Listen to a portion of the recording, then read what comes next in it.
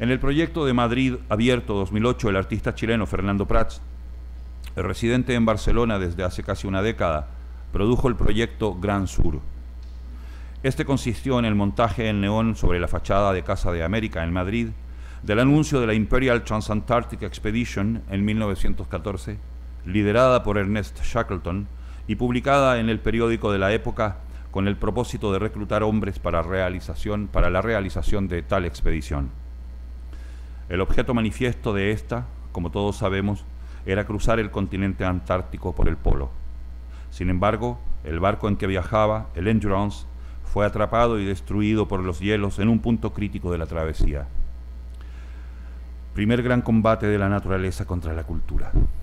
Los marineros ingleses resistieron lo que más pudieron y antes del naufragio lograron recuperar suficientes elementos y material que les permitió instalar un cuartel de invierno en Isla Elefante. Desde allí Shackleton y otros 5 hombres cruzaron el océano Atlántico en un bote abierto, llegando a las Georgias del Sur para dar la alarma. Finalmente, en 1916, luego de varios intentos, la totalidad de los hombres fueron rescatados por el piloto Pardo a bordo de la Escampavía Yelcho. La expedición no aportó ningún beneficio material, ni ningún avance científico, solo la experiencia de los protagonistas y la supervivencia de todos los participantes supone un triunfo en sí mismo. Jorge Díez, curador de Madrid Abierto 2008, señala en el catálogo de la misma publicación, comillas, el sentido de la creación artística también transita por una ruta inexplorada y dirige los sentidos hacia objetivos que nos ayudan a comprender nuestra propia percepción del mundo que nos rodea. En nuestros propios límites están manifestándose nuestras fronteras a traspasar.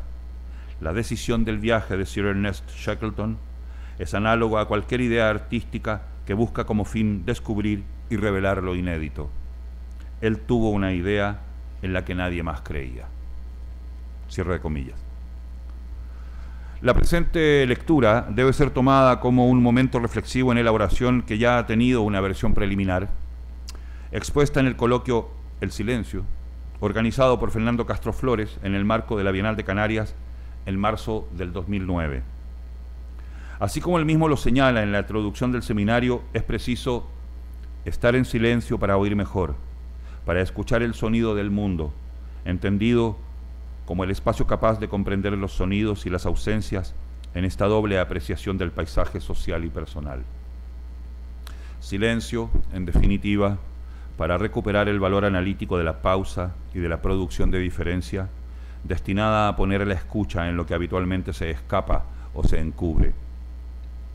Sin embargo, había un aspecto radical en la propuesta de Fernando Castro Flores y que me condujo a pensar un texto como el que he decidido trabajar. Este aspecto tiene que ver con el silencio como condición necesaria para una percepción sobre las transformaciones del territorio. En efecto, el mundo del arte resulta cada vez más ruidoso. Precisemos entonces el estatuto de los ruidos que marcan la dimensión del contraste y la dificultad estructural y sistémica que tenemos hoy día en nuestra relación entre arte y naturaleza. En ese contexto, las cuestiones del territorio, del paisaje, de la industria cultural, es decir, el turismo como industria cultural, estábamos en Canarias, en Santa Cruz de Tenerife, las bienales como dispositivo de usura ministerial, obligaban a establecer un momento de retención metodológica para hablar del silencio como deseo y como necesidad, buscando producir una analogía crítica con las prácticas de arte que instalan la pausa y difieren el efecto de la respiración visual de las tensiones de encubrimiento. Mi propósito en el coloquio de Santa Cruz de Tenerife entonces fue declarar que en las prácticas de arte la frase mucho ruido y pocas nueces delimita el campo de nuestras preocupaciones éticas cuando debemos resguardar iniciativas que inciden en nuestra relación curatorial en proyectos que buscan incidir a su vez en la gran empresa de manejo del territorio.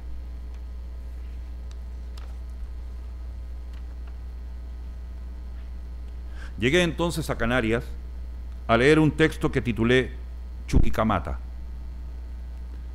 Solicité a Fernando Prats, que se encontraba en Barcelona, el envío por internet, y les pido a ustedes que hagan lo mismo, de la imagen video que él había recogido en ese lugar y que reproducía el sonoro de la tronadura que habilitaba la conversión del territorio en paisaje.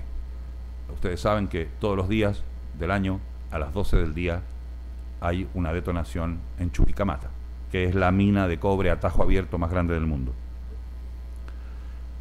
Revisando los materiales de que dispongo, las palabras Chuquicamata y Antártica señalan dos situaciones formales vinculadas a la representación crítica del paisaje.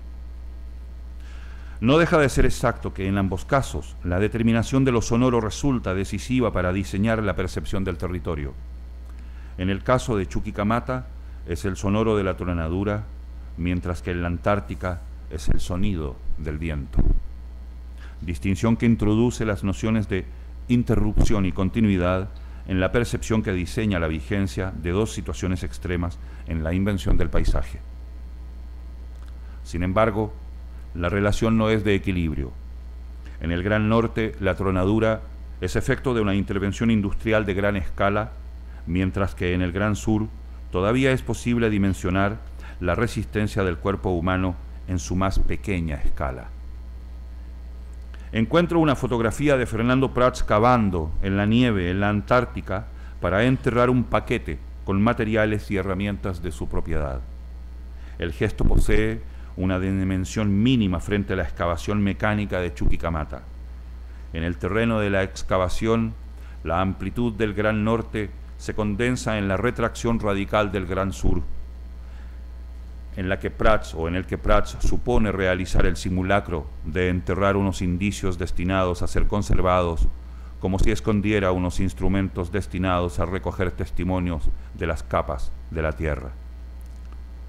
No estoy lejos de plantear algo totalmente verosímil, puesto que ya en la exposición individual que Fernando Prats realiza en el Museo Nacional de Bellas Artes en el 2004, una de las piezas fundamentales fue un gran testigo proveniente de excavaciones como los que encontramos en las vitrinas del Museo Salesiano de Punta Arenas, en la sala destinada a construir la imagen de la contemporaneidad colonial, propia de las prospecciones petrolíferas y el mito político que las acompaña. Esta era una variación formal que amplificaba el gesto inicial que en el 2001 ya había sido realizado por el propio Fernando Prats en Manresa, el pueblo en cuya cercanía se encuentra la cueva donde San Ignacio de Loyola escribió los ejercicios espirituales. Fernando Prats permanece en la cueva y la cubre su interior con papel de embalar, justamente para desplazar todas las referencias a la devoción. Dicho abandono continúa en el 2002 con el congelamiento de todos los materiales que habían sido utilizados en esta performance. Pero es en la proximidad de la cueva que realiza una acción performativa a orillas del río Cardener, acción que a su vez había tenido como punto de partida un diagrama de lectura corporal dibujado por el propio San Juan de la Cruz. En ese trabajo, Fernando Prats realiza un traslado gráfico de intensidades que ya están puestas en juego en documentos claves de la mística católica, como trama anticipatoria del registro de huellas arcaicas de la socialidad humana. Justamente los místicos son heterodoxos y no resultan confiables a las jerarquizaciones eclesiales, incluidas las del arte contemporáneo. Prats invierte los términos de la desconfianza representativa, poniendo en tensión las dinámicas de lo sagrado sepultado por las operaciones encubridoras de lo profano. Regreso al comienzo de este texto. Las palabras Chuquicamata y Antártica señalan dos situaciones formales vinculadas a la representación crítica del paisaje. Sin embargo, a estas palabras que establecen dos extremos de una línea referencial, se agregan otras dos, destinadas a instalar otra línea de referencia subordinada, Lota y Chaitén.